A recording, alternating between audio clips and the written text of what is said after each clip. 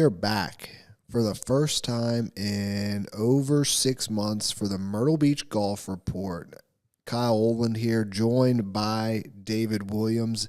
David, this is exciting to get this podcast back up and running, isn't it? It is. It feels good to be, this is how it all started. It was just us two kind of jerry-rigging something in your old office. So it kind of feels good to, not necessarily jerry-rigging. I mean, our equipment's updated just a tiny bit since then, but feels good to kind of get back to our roots. Yeah, for those that have been part of the Play Golf Myrtle Beach community over the last few years, David and I started this podcast, the Myrtle Beach Golf Report, years ago. We would do a live show on YouTube, Facebook, and then it evolved, and then it kind of went away. And over the last year at different events around Myrtle Beach, I've had people walk up to me and say, "Why don't you record the Myrtle Beach Golf Report anymore? I loved listening to that." And I would be like, "You listen to this? Really? Really?" Really? We were shocked. But time and time again, people came up and said, "I enjoy listening to this."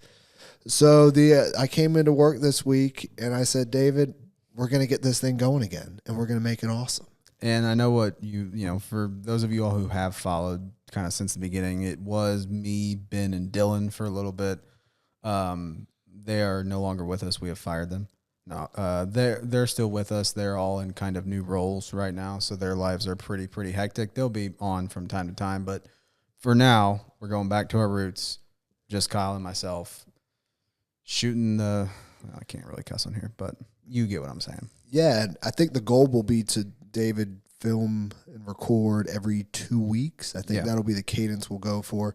And really what we've decided is there's just so much happening here in Myrtle Beach that we want to be able to create a platform to talk about all the amazing things happening in the world of Myrtle Beach golf, all the fun things we're doing here at Play Golf Myrtle Beach. We've probably had the most fun 6 months of my time being here this year, and it's been the craziest. That's it's been crazy, wild, and it's only going to get wilder. Yeah, and we want to be able to share that with folks, give you a glimpse into what's happening in this amazing golf market, which is Myrtle Beach, known as the golf capital of the world.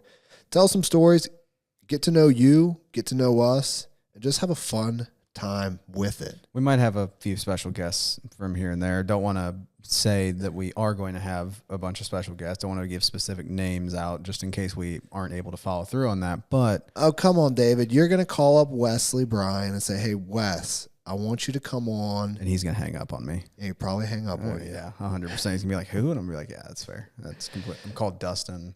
We'll call Dustin. Maybe we got so many funny Dustin Johnson stories that we could share on this as well down the road. But yeah, we're going to tell you all the crazy things that happen in Myrtle Beach that David and I see firsthand because we are on the ground with all the fun things happening in the golf market, and hopefully you're going to have a good time with us. I just had to make sure I was hitting record on the board. We're good. We're recording. We're recording. Perfect. Well, let's play a little catch up on get to know us, get to know this amazing organization and this amazing destination, and then we'll kind of get into the meat of today's episode, which is going to be recapping the first 6 months in the golf capital of the world, which we've seen the Q at Myrtle Beach, groundbreaking event. We've seen the Myrtle Beach Classic, first ever PGA Tour event in the golf capital of the world. And then we've seen countless renovation projects that if you haven't been here over the last couple years, the market is changing and evolving, and it's really exciting to see how this market's changing. We're going to talk about that. But first, let's talk about Play Golf Myrtle Beach. So Play Golf Myrtle Beach, that is our brand that we represent. And this brand in Play Golf Myrtle Beach, we are all about promoting the destination of Myrtle Beach and bringing new golfers into our marketplace. We're biased, but this is one of the greatest places you could ever come visit on a golf trip. There's a reason why more than 3 million rounds of golf are played here annually. There's a reason why David took a golf trip here just a few months ago with his buddies, and they had a blast. There's a reason why guys and gals for decades have been making the pilgrimage to Myrtle Beach for a golf trip. And it's our job to bring them here, keep them here, and then share the story of why this place is so unique. We do a lot of really awesome things here at Play Golf Myrtle Beach from different projects that we'll talk about here shortly. But really, we want people to experience what we experience on a daily basis, right? Yeah, and at the end of the day, right, like golf, ever since COVID, has changed dramatically. It's not. It's still the same sport. You're still hitting cups with your buddies, but like it's wildly different now. Like a lot more people are taking golf trips, and like Kyle said, we are about as lucky as it gets here with the amount of golf that we have and the amount of good golf that we have, that all our end goal is to just share it with you all and make you all want to come here, right? That's all we want to do, from every video, photo, anything, even with this podcast, right? Like that's, at the end of the day, that's what this podcast is here to do. Straight up, we want you to come hang out with us in Myrtle Beach. Exactly. It is an amazing place. And if I always tell people, David, if you cannot have a good time on a Myrtle Beach golf trip, you are not a good time person. It's your fault. Yeah, you're not a fun person to be around. I don't want to be around you. My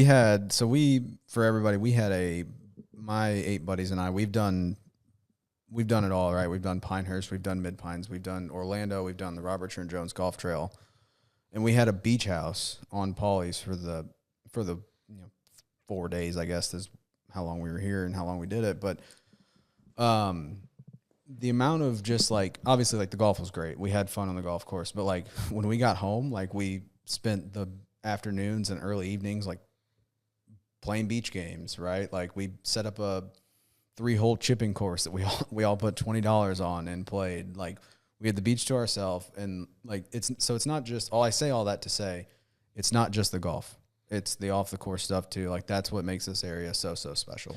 Yeah, I would definitely echo that. That is what makes this place so special. And, we partner with a lot of different creators and brands to help show you that.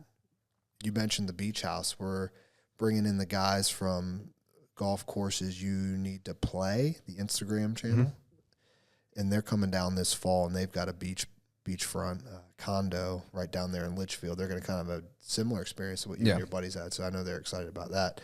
But, yeah, so that's Play Golf Myrtle Beach. We got a lot of fun stuff that we do, will continue to do, and hopefully have you be part of that ride and that journey with us. And I wouldn't be doing my job if I didn't say make sure you follow us on all social media platforms, X, Threads, Instagram, YouTube, Facebook, TikTok, all of it. Yep. Do it. David might get a raise because that's what he runs. So, David, I think it's also good as we're connecting with our audience. Tell a little bit about what you do on a daily basis when it comes to Play Golf Myrtle Beach, because thousands and thousands and hundreds of thousands of people see what you do, but they don't know who it is that's doing it. Yeah, so for those, this is weird saying this out loud, but if you follow any of our social channels, it's more of a collaborative effort, but at the end of the day, the voice that is being portrayed through the channels is mine. That's actually weird to say. I don't know if I've ever really said that on a public forum. Probably first time. If you DM the account, you're going to talk to David more than likely. Shout out Carlos Boozer. New best friend, huh? Yeah, new best friend. Maybe more on that later. Yeah, so I, along with Kyle and our coworker Jim, who is not here today, we spend a ton of time traveling around what we call the Grand Strand, getting the most up-to-date photos of the golf course, figuring out new video ideas, all to showcase our golf and everything else off the golf course to you all through our social channels. That is my day-to-day, essentially. It's all about content. Content is king, as Kyle would say. Kyle was the original king of content. And now I'm kind of the prince of content, I'd say. I'll give you that. That's why I'm getting back into this, because I'm getting back into the content. Yeah, game. Kyle's like trying to scratch that itch. He's scratching the back of his neck. He's been jonesing to make content. I think the Myrtle Beach Classic, which we'll get into, helped with that a lot too. Did you just say I've been Brendan jonesing to make content? No, I said Kyle. I said you were jonesing. I thought you were making a Barstool reference. No. I was like, man, that's clever. No, I'm not that clever. But yeah, that is essentially what I do here. I manage all of our social media channels, and if you've ever sent a DM, especially to Instagram, chances are I've been the one to respond to you. Yeah, and if you ever comment that, oh my goodness, this Instagram reel makes me want to come to Myrtle Beach, you make this man very happy. You make me money too. I'm kidding. You don't mean You don't. I wish, right? Oh God, I'd be yeah. rich. And then I'm Kyle Olin. I'm in charge of all the marketing here. So the ideas, the concepts, the from start to finish, that's kind of my job, and it's a fun job. And we try to do some crazy things, and we're going to try to do some more crazy things here in the future. Oh, we're going to do some crazy things. Yeah. So if you're ever in Myrtle Beach, hit us up. We would love to connect with you, and we would love to know a little bit more about why you choose to come to Myrtle Beach. But with that, David, over the last 6 months, we teased this earlier. These last 6 months have, no joke, been the most fun times that I've had working in the role that I have. We've done so many amazing, fun things. Some things that, like, frankly, 2 years ago, if you had told me we would be doing the things we did, I would probably, actually, I would have laughed, because I would have laughed we in your laughed. face. We always, the rumor around, or the question always was in the office, could Myrtle Beach host the PGA Tour event? And we didn't really think we could. Maybe we didn't believe, but maybe it was just, hey, we just figured we didn't have a chance. So now we do, and now we do. It's changing the landscape here, which has been a lot of fun. So, David, you recently put together an article highlighting some of the memorable moments that have happened over the last 6 months. Let's talk about them. Let's talk about it. The first one you wrote about was the queue at Myrtle Beach. Yep. Man, that was fun. That was fun. Yeah, so if you all followed our social channels, and chances are you've seen something about the queue, right? You might not have seen the full length feature film from the queue. You might have seen one of your favorite creators' films, but you're listening to the two guys. We're missing one, but Cowboy Joe. Yeah, myself and Kyle and Joe Gilliland.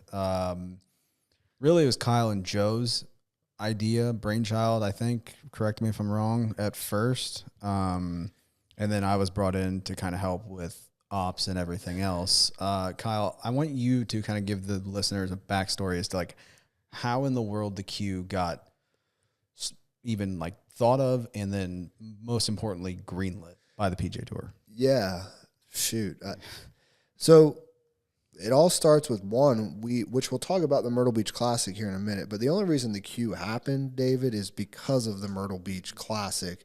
And with our organization being a title sponsor and being involved in that event, we've received a sponsor exemption. So I remember sitting in a boardroom one day for a meeting in and around the Myrtle Beach Classic, and the question got brought up by the folks at Sport 5, who are the management company they essentially put on the event for us. Yes.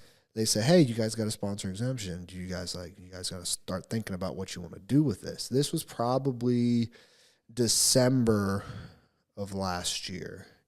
And I remember sitting in that room being like, I'm always the youngest guy in the room with these older heads in these Except rooms. for me. Yeah, unless it's you. But in some of these more high-level meetings, I'm always the younger guy. Then I get viewed, I think, as having these wild, crazy ideas. Because I do. I have some wild and crazy ideas. And I remember, like, I said, hey, I think we should create a tournament for the sponsor exemption spot. And better yet, let's invite YouTube golfers to be part of it. And the reason why I felt so strongly about the YouTube golf community is, one, we met Joe Gilliland, who represents a number of YouTube golfers, Wesley, George, Grant, Micah, Busta Jack, all those guys. He represents them, and we've done some work with them. So we did some work with them that year prior, and it was amazing. The results for what we were looking to accomplish was fantastic. These guys, what people don't realize is how good of golfers these YouTube golfers are. Like, they are high quality golfers, like fantastic. So I had this idea, hey, what if we do a tournament to see and have all YouTube golfers, and the winner gets a spot into the Myrtle Beach Classic? And I got laughed at pretty much. They were like, yeah, I don't know about that. Like, yeah, I don't know. And I'm pretty sure I laughed at you at first too. Yeah. To be fair, like, I'm going to call myself out. I don't know if I believed that. I did. It's not that I didn't believe in the concept. I didn't believe that our Lord and Saviors at the tour would go for it. That was my concern. There was only two people that didn't laugh at it, and that was Joe Gilliland. When I called him, I said, hey, man, I got an idea. And Joe was like, yeah, I love it. can I help? I was like, yeah, bro, I need your help. I would love your help. So then Joe was part of this, and then Stuart Butler, who's the CMO for Visit Myrtle Beach, he likes crazy ideas too, and he knows nothing. He'll admit it too. He knows nothing about golf, so that's where we come in. He knows nothing about golf. So we put this together. We have a number of different meetings, from convincing the CEO here in Visit Myrtle Beach, and basically the woman who helped bring the Myrtle Beach Classic. We had to convince her. Then we get on a call with the PGA Tour, and through a number of calls, convince them. It was a lot of back and forth. It was probably a couple months. Finally, they greenlit it. Then we met some friends down in Atlanta, Big Bird, who Joe introduced us to. If you've heard of St. Andre, Aaron Tuning is part of Big Bird, the lead of St. Andre. Yes. So that's how it's a bunch of different, like, it's kind of crazy when you really look at it, like how many different things had to go right for us to get to where we got to with the actual The queue. stars had to align. And I remember Joe's like, hey, I think I know the people that can help with this. And it was Aaron, and we had met Aaron in the fall from St. Andre, and Aaron is, I would consider Aaron now a friend of definitely the destination, and we're going to be doing more with St. Andre in the future. But it was a brainchild mixture of people at Big Bird that led by Aaron and a guy named Dan Duncan, who helped us put together the queue, from the brand, the creative, the rollout, all of it. And it was just a blast, David. It was an absolute blast of a project. There was a lot of crazy hiccups. Like, one of them was, can share this now, but we were getting ready to put the press release out to announce this concept, and then the press release was in the tour's hands for probably a couple weeks. They knew who all the players were who we wanted to play in this, and then as we're getting ready to hit the green button, we get a call. Hey, yeah, you can't do that. We have some issues with some of these people. And basically one of the higher ups, one of the senior, basically one of the guy just below Jay Monahan, the press release was on his desk, and he looks at it and he goes, what is a Fat Perez? How are we going to give a Fat Perez a spot in the PGA Tour? And then they come back to me and say, hey, Kyle, you have to make sure all these guys can actually play golf, because this guy was afraid Fat Perez was going to win it, and Fat Perez, he didn't think Fat Perez could play golf. Fat Perez probably might be able to play golf better than that guy who was looking at the paper. So we had to show that all the guys had a zero index. And another thing you had mentioned earlier, and once again, correct me if I'm wrong, but the original concept was just YouTubers. And as you all saw, it was 8 YouTubers versus 7 up-and-coming pros, and at the time, the number 1 ranked amateur in Wagger. And the reason that became the field was due to the PGA Tour, correct? Yes, which in hindsight, I originally wanted it to be all YouTube golfers, but to help protect the PGA Tour, and we wanted to work well with the PGA Tour, and we want to continue as the queue evolves. So we wanted to be good partners, and we didn't want to make with a new concept. A lot of people were afraid of it, that it could become a mockery, which it never was going to be, and it never was intended. We decided to include 8 aspiring pros or professionals in the field to legitimize the field in the eyes of some, which ended up, I think, was the right call, because it made 100%. The stakes even more interesting. Could a YouTuber beat a professional golfer? And I think you got that good kind of like, oh man, like this is like, it's time to, for some guys who like to talk some trash, like it was time for them to, put up or shut up in it. Yeah, it definitely was.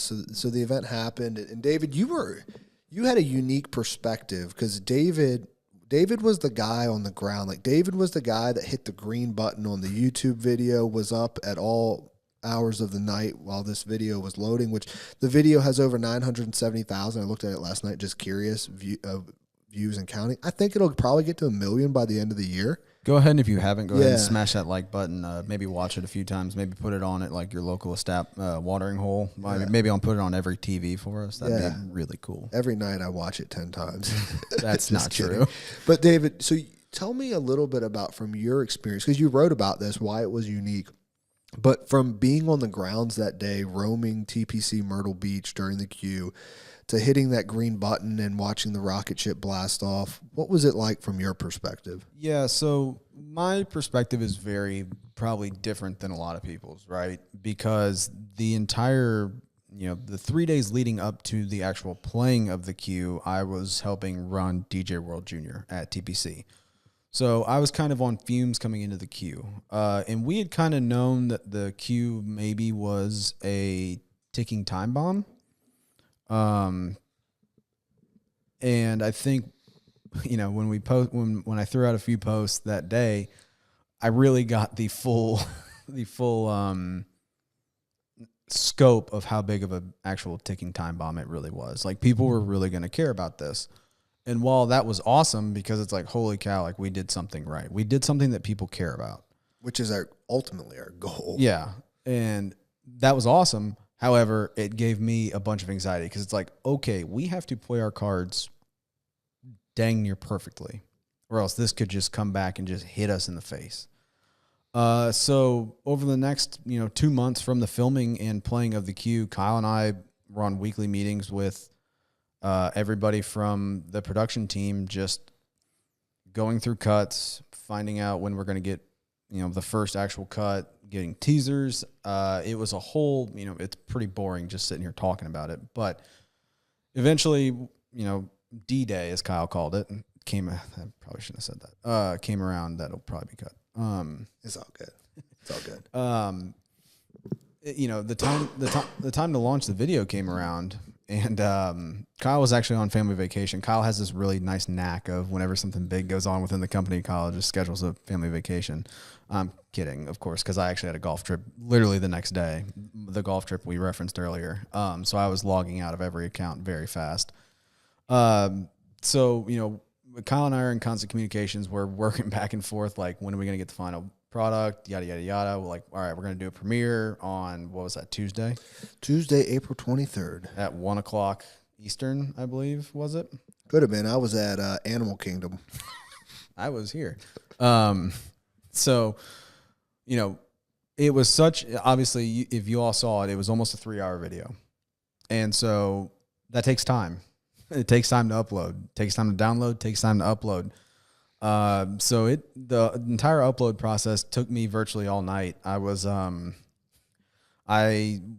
was going back and forth from my bed, taking 30-minute power naps, coming back, making sure the video was still uploading, because that was my biggest fear in all of this, was that something was going to get messed up in the upload process.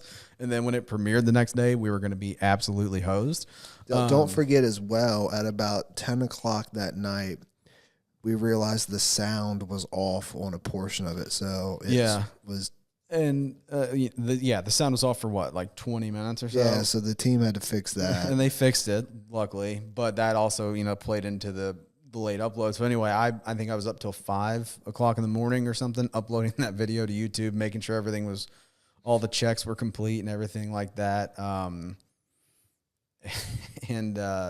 Then I just sat around waiting essentially till 1 o'clock that day until the video dropped to see the reaction, but most importantly, make sure it was actually premiering. How terrified were you that I was wasn't mortified. going to go? Kyle, I was mortified, dude. I was sitting in my desk chair sweating. I had a pool of sweat around my legs. I was like, oh my God, this is horrible. Maybe one of the most, I don't know when I call it the most, but definitely one of the top anticipated YouTube golf videos of all time. And you're the guy that has to sit there and sweat it out that it actually goes live when we said it was going to go live.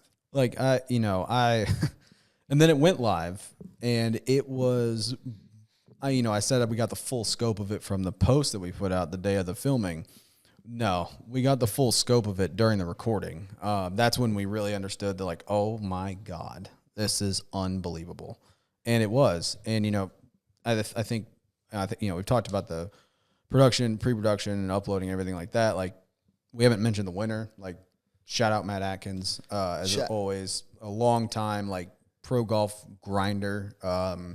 Huge for him to get another start. Was super happy for him. Yeah, and he made the cut at the Myrtle Beach Classic. He made some money. He did. So good for him. Like, was super pumped for him. Obviously, the way that it all transpired on that last hole. If you haven't seen it, I urge you to seek it out. Go watch what happens between him and George, who they've played tons of golf against each other. In Aiken, at Selena, and everything like that. So like they're familiar with each other's games. But yeah, man, like when the concept first got pitched, and then I was brought in on it, I was like, man, like, is this gonna work? Like, I think too, another thing that should be said is that this was all done within, like, we didn't have our first meeting about this. Our first meeting about the Q was the brand meeting that we had with Wild Places, January 2nd. Yeah, from the day we kind of got, okay, let's get working on it, to when the Q actually happened, it was less than 90 days. Yeah.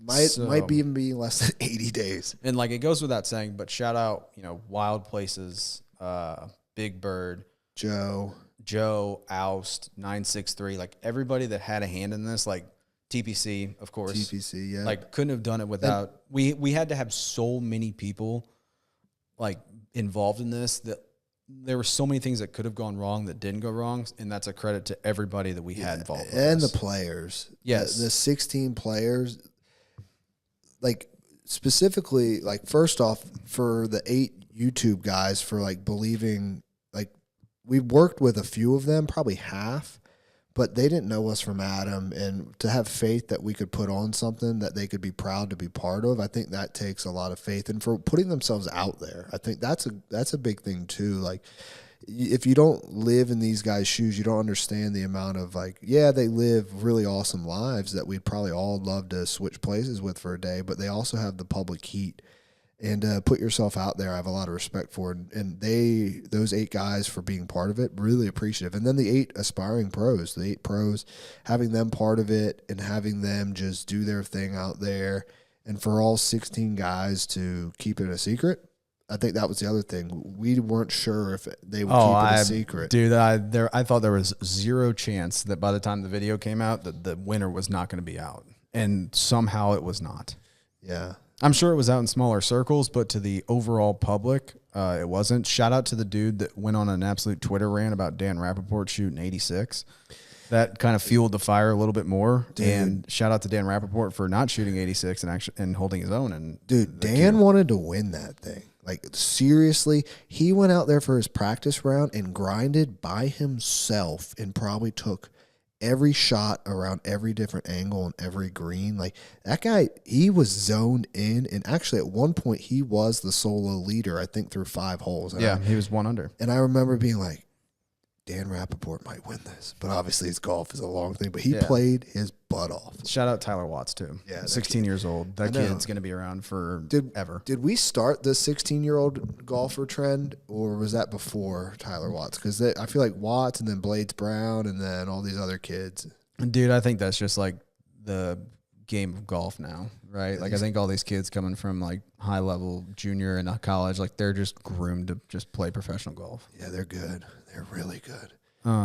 Anything else on the queue? No, I think if you enjoyed the queue, we're working currently right now on what the queue is going to look like next year. It will be different. We heard your comments. Yeah, okay? We heard it. It will be different. We've been talking with some really exciting folks who you have seen some really, really exciting things from, that I think if this comes together the way we hope, it is going to be really amazing in 2025.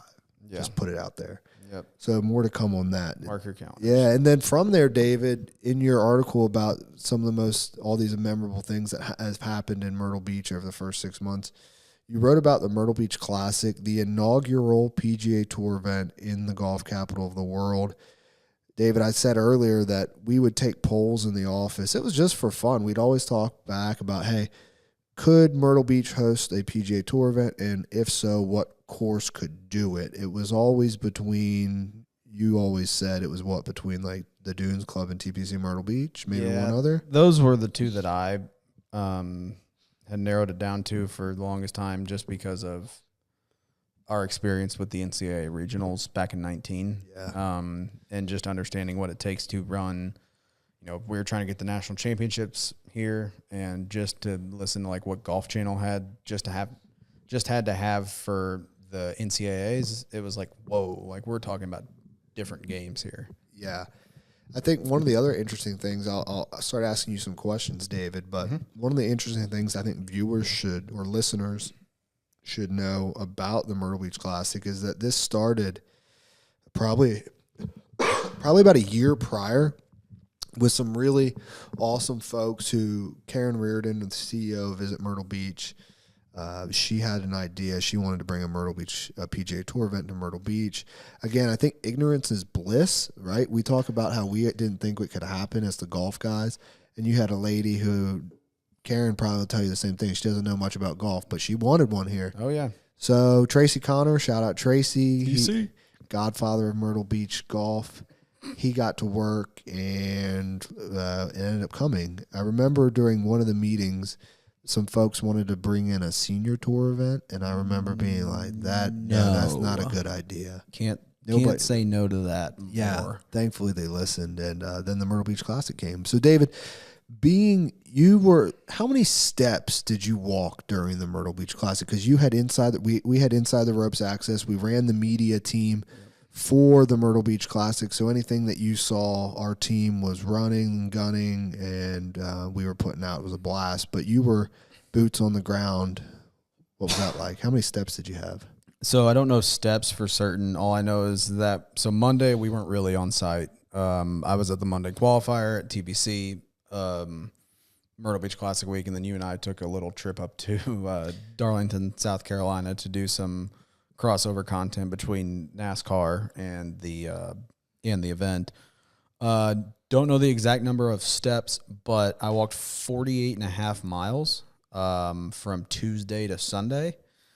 And to say that I was, dead as a doornail after would be an understatement. And it started Tuesday morning at 4:45 in the morning in the Grand Dunes parking lot with 963 Film Group's Kyle Massey. Him and I, if you saw the ASMR video that the Myrtle Beach Classic put out, that was from the beautiful mind of Kyle. Not this Kyle, but the other Kyle. The other Kyle. A lot of the video content you see, Kyle's the guy behind. He does a good job on that. So it all started there. And him and I we had no cart. We had no real plan, to be honest. I had an idea of what I wanted. And we essentially just walked to the Dunes Club in the pitch black looking for maintenance. Luckily ran into Jim Huntoon, and he was like, yeah, go here, here, and here. So that helped a ton. But we essentially did that 2 days in a row. And then another shout out, Drew Amato, great golf photographer. If you haven't followed him, follow him. He was the official photographer of the event. So him and I spent a lot of time really just wandering the golf course. I think my day-to-day, what I would do, so I got there outside of Tuesday, Wednesday, Thursday, when we had to be there, before sunrise. I would get there probably 6:30, 6:45, do a little bit of work on my computer in the media center, and then I would walk out to 4, the par 5, and I would sit there for a little bit, and then I'd follow groups in, and then, grab breakfast, go right back out. So hey, I'll tell you what, the food, amazing the whole week. It was very, very good. Shout out to the Dunes Club and all the staff at the Dunes Club on the food and bev side of things, and just the Dunes Club staff in general. But yeah, 48 miles. Wow. Yeah, and if you're listening and you're like, well, why were they so involved with it? So Play Golf Myrtle Beach and our company, Golf Tourism Solutions, we partnered with Visit Myrtle Beach to be the title sponsor on the event. So we had a lot to do with the event from start to finish, from weekly meetings to our team running the media of the event. And I think we did a really awesome job. It was a ton of fun. So we were there and got to see and experience a lot of really cool things. And I think from my vantage point, being able to watch a PGA Tour event be built literally from the ground up, just amazing. Everything that goes into it, from the infrastructure to the planning to just everything. And it was amazing. It was very successful. It was the largest professional sports event in Myrtle Beach history. The local community supported it, and I think they're going to continue to support it. The hope is that this event stays here for the long term, that it becomes a standalone event, and because right now it is an opposite field event, which I understand, right? Smaller market. The PGA Tour doesn't know how that market's going to react to it. Newer event too, right? Yeah. The PGA Tour's got a lot of, let's be honest, bigger markets that they have to kind of give back to before they give it back to a first-time event. Yep. But I do think in the future you're going to see the Myrtle Beach Classic become a standalone event. I think this is a golf-hungry market. It's crazed. I mean, there were people watching the Monday qualifier. Pre-qualifier even. People love golf here. It's crazy, right? They love it. Like, it's crazy. I mean, there were... You know what else is crazy? There was volunteers that came from Canada. Just to volunteer. To pay to volunteer. To pay to volunteer. They paid. But that is what this area means to so many people. And so many people were so proud to see it in the area. And it was awesome. It honestly is it was such a cool tournament, from the concert out on the lawn in front of the ocean, that the venue is fantastic. And I know people are already excited for next year, and it's going to look different, and it's going to continue to evolve. But man, it was a lot of fun. Yeah, and we shouted out everybody that helped out, agronomy team, all the Dunes Club staff, the PGA Tour staff, all the media. But I think it goes without saying, but shout out to all the fans, right? This isn't as successful as it was without the fans and the volunteers. What's being talked about right now behind closed doors is not being talked about without fans. Yeah, and I would say that if you enjoy coming to Myrtle Beach on golf trips, a perfect time to come would be next year. Go basically plan your trip where you arrive maybe on Monday or Tuesday. The rates are going to be a little less. The availability is going to be strong. Come play Tuesday, Wednesday, go to the tournament on Thursday. Go sit out in that 17 area. They call it Club 17. It's basically a massive party. It's awesome. You can see a lot of different vantage points, and it's just a good time. Yeah, I was going to say, even you could fly in Friday, right? Friday of the event, go Saturday, Sunday, and then start your golf trip that next Monday, Tuesday, Wednesday, leave Thursday or something. Yeah. There's all sorts of options. Options are limitless. And real quick, I have one other thing on the Classic. Just wanted to highlight a few things. Kyle mentioned it earlier, opposite field event, right? Would we have loved to have Scotty Scheffler and Rory McIlroy here? Yeah, 100%. Of course we would have. But we understand, takes time. Yeah, the situation that we're in, and just the field that we got. And if you keep up with pro golf, you've probably seen some of the names from the Myrtle Beach Classic actually make inroads in pro golf. And so I wrote down a few. First, shout out to Chris Goddard for actually winning. Played out of his mind for 4 days. But just to give you all an idea of the talent that was actually there, Harry Higgs won back-to-back on the Korn Ferry Tour the next 2 weeks, earned his PGA Tour card back. Robert McIntyre contended the PGA Championship the next week, won the RBC Canadian Open either the next week or the week after. Davis Riley goes on to win the Charles Schwab 2 weeks after the PGA. Davis Thompson finishes T9 at the U.S. Open, T2 at the Rocket Mortgage, wins John Deere Classic this past weekend. Hayden Springer shot 59 at the John Deere Classic this weekend, and Ben Griffin top 5 at both Charles Schwab and last week at the John Deere Classic. So, the point to all of this is, you don't know who you're going to see at these opposite field events, right? You might see the next up-and-comer. Golf is so deep now, and, Blades Brown is the perfect example. Hey, have more Myrtle Beach Classic golfers won PGA Tour events than non? Because I feel like it's all Myrtle Beach Classic guys have won, and then Scotty Scheffler. Well, yeah, a lot of that has to do with the designated event. I know, structure. But we can claim it. No, heck yeah, dude. We have a more talented field than the opposite field. That's what we're saying. You heard it here first. Kyle said that. Kyle said it, not me.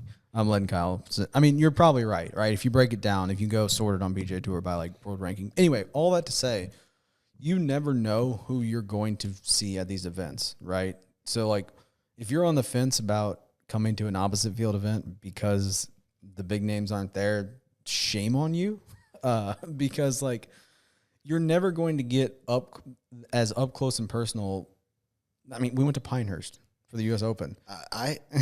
Honestly, the U.S. Open was awesome. I had a better time at the Myrtle Beach Classic. Yes, and like obviously part of that is due to our access to the event, but like as a general admission fan, you are going to get up close and personal to still some of the best golfers in the world and have in a much more intimate space because, you know, the build out at the Dunes Club, while it was big for a first year event, it was not what the U.S. Open is, right? So like most of the fans are walking around the golf course. They are on, they're just, you know, they're on the rope line, and like you can get right up on these tee boxes, pretty much with these players, and you just never know who you're going to see. Yeah, that's a really excuse me, great way of putting it.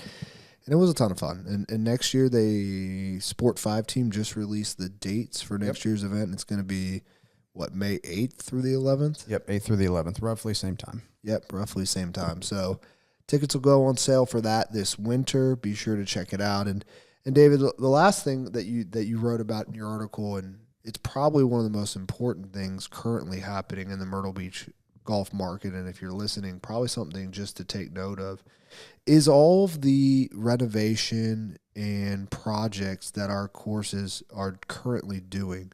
Golf in Myrtle Beach and golf nationwide is doing very well. And because of that, here in Myrtle Beach, our golf courses are reinvesting back into their properties. I think for a long time in Myrtle Beach in the late 90s, early 2000s, the story in the marketplace was a new course was being built. Yep. You heard about it a lot. It brought a lot of excitement to the tune of over 100 golf courses were in the market at one place. Now we have a little over 80. And people sometimes say, well, that's because golf is dying. And no, it's not because golf is dying. It's because the maniacs made too many golf courses here. Just too many. Yeah. You can't support that. And as a result, from a business standpoint, it watered down the businesses here where tee sheets weren't full because all these courses were available, so you had a watered down effect. So right now, I think we're in a really good place. And because of that, and because we might not see a new course here in Myrtle Beach in any time in the very near future, our courses are reinvesting back into their properties to make the experience new, and it's really exciting. And I think you see it across the country. You see courses that might take a 27-hole facility and then turn 9 holes into a short course, where you see an 18-hole facility just morph into something different. And I think you're going to start to see that happen in Myrtle Beach, but you're also seeing these renovation and in these projects. David, talk a little bit about some of them. Like, what are some of the ones that are of note that people should know about? Yeah, so I think let's go back a few years, right? And this has all really been since COVID, essentially, right? Since 2021, since we came out of COVID, a lot of golf courses looked at it and were like, well, this needs to be worked on. So, you got your big ones, your Pine Lakes, your Paulies, your Grand Dunes, Dunes Club making changes for the Classic, like all these golf courses, greens, bunkers, all sorts of structural changes to the golf courses. But 2024 is actually, if it continues this way, is going to be the busiest year. A lot of what you're about to hear are either projects that have been completed, are in the process of being completed, or are scheduled for later on in 2024. So, if you miss any of these, if you head over to playgolfmyrtlebeach.com/news, all of these are listed on here. What I'm about to read, I'm reading verbatim from the article that I wrote. First off, starting with one that has been completed for a while, Prestwick Country Club. They redid the bulkheads on 9 and 18 a few years ago. Wanted to continue doing that to ensure sturdiness of them. They did 4 and 5, also building a few tee boxes, along with general clubhouse improvements. Kings North, this is a big one that is currently ongoing. It's part of a 2-year renovation. Right now, they are working on the front 9. It's a 4-month job, and they're doing bunkers, green surrounds, and greens. So huge project happening there, and there could be some actually more stuff coming to Myrtle Beach National as a whole. Thistle. This is another multi-year one, I believe 3 years, right? They're doing all 27 greens, as along with new bridges and a nice like halfway house comfort station type deal that's going to be coming as well. So excited to see that. I believe the Camera 9 was first to start on June 3rd. Legends, this is a really, really big one for them. So as you all know, for those of you that have been coming here for a very long time, Legends Group is made up of 5 courses, the 3 resort courses, Oyster Bay and Heritage. They all have new cart paths, brand new. I rode them myself. They are very nice, very smooth, better than 98% of the roads in the state of South Carolina. That's on you, SCDOT. That's on you. It started with Heritage back in, I think, late spring, and then moved to the resort. Resort is finished now, and last on the bay is, or last on the bay. Oyster Bay. Last on the list is Oyster Bay. So that project is currently ongoing. So stay tuned. More to come from there. Shaftesbury began work on tee boxes and bunkers. That's essentially to just bring more playability to the golf course. They redid, if you all remember, back in 19, redid greens, took out bent, put in Bermuda. So just, again, them making more improvements to the golf course just to help you all as for playability reasons. Brunswick Golf Club, just across the state line, did every bunker on all 27 holes, which I don't think people quite realize how big of a project that actually is. So that completed, I believe, in early spring this year. So that is done. They also actually took out a handful of traps too that they just deemed unnecessary, which is very cool. Helps my game for somebody that sprays it a good amount. So Sea Trail, this is a big one. Kyle, you've experienced Sea Trail as well, since the work has been ongoing. But Sea Trail is, in a few years, Sea Trail is not going to look like the Sea Trail that a lot of you all know. That's pretty much going to be a new property. Yeah. They might as well just change the name. Correct. And I'll touch on a few things here, but like, I don't think I'm going to be able to do a good enough job from an audio standpoint of telling you all the work that's going on. And like, I will just have to show you all the amount of work going on because it's truly staggering when you go see it in person. Right now, the Bird Course is closed for a huge renovation. I mean, the entire golf course is being looked at, greens, bunkers, everything is being taken care of. And then the next 2 golf courses, Maples and Jones, are set to begin sometime, I believe, in the next few months. They took out so many trees, they bought their own, whatever it is that cuts down and moves trees, rather than renting it, because they've taken so many out. And then they're redoing the clubhouse, all the restaurants. Like, it's going to be awesome, folks. Yeah, so this is probably the best way to describe what's happening at Sea Trail. They are creating an ultimate stay-and-play getaway where there's going to be 3, maybe 4 restaurants on property, a steakhouse. They have a really cool sports bar-themed one with pool tables. Bistro 55. Yep. They're going to have like a seafood place as well.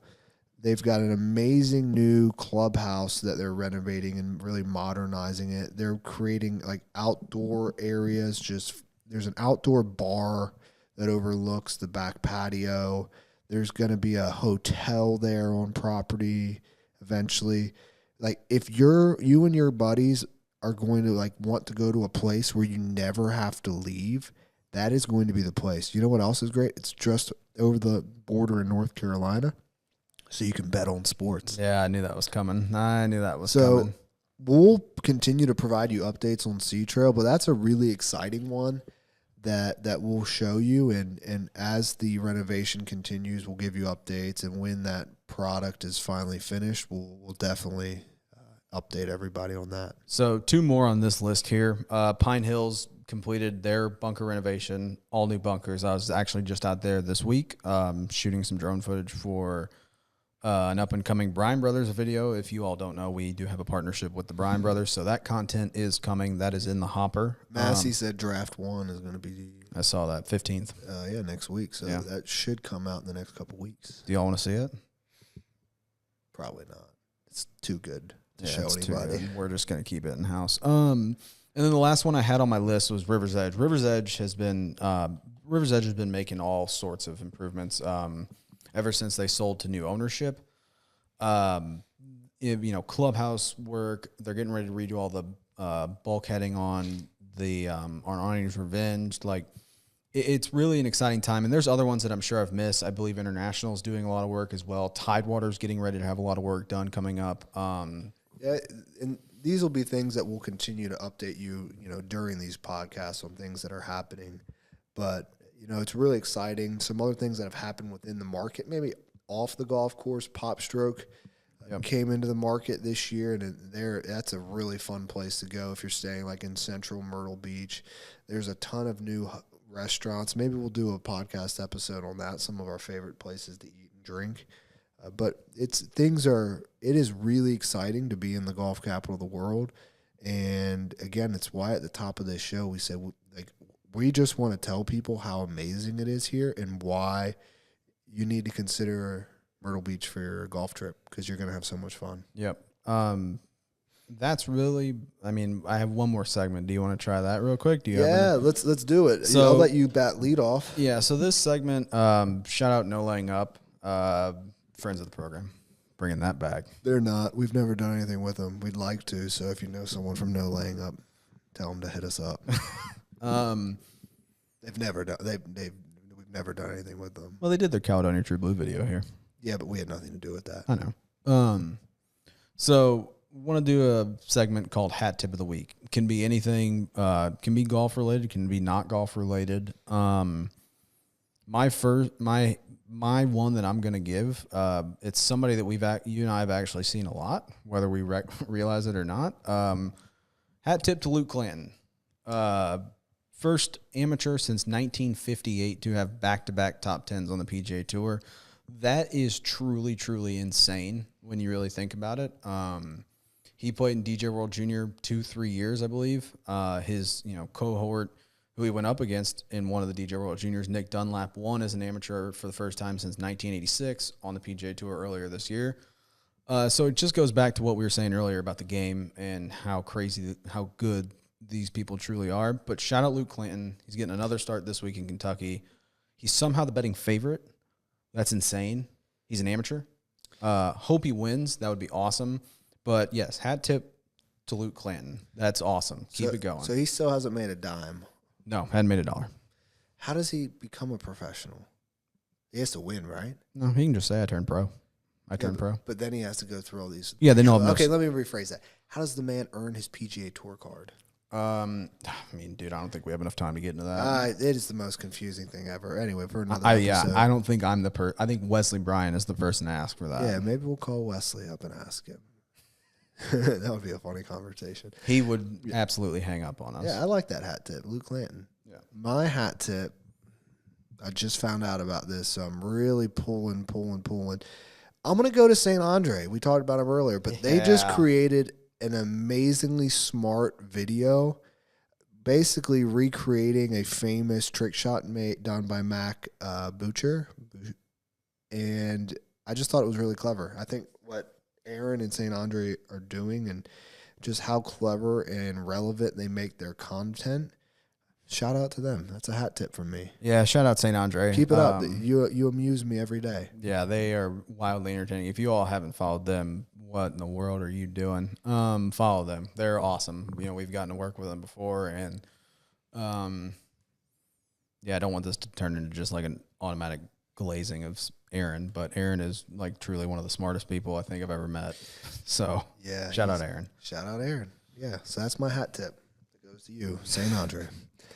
What else? Well, David, I think that's it. I think this was a fun way to get back into it. We'll be back in a couple weeks. New show, new episode. But if you would, give this a like and a follow. Share the Myrtle Beach Golf Report with your friends.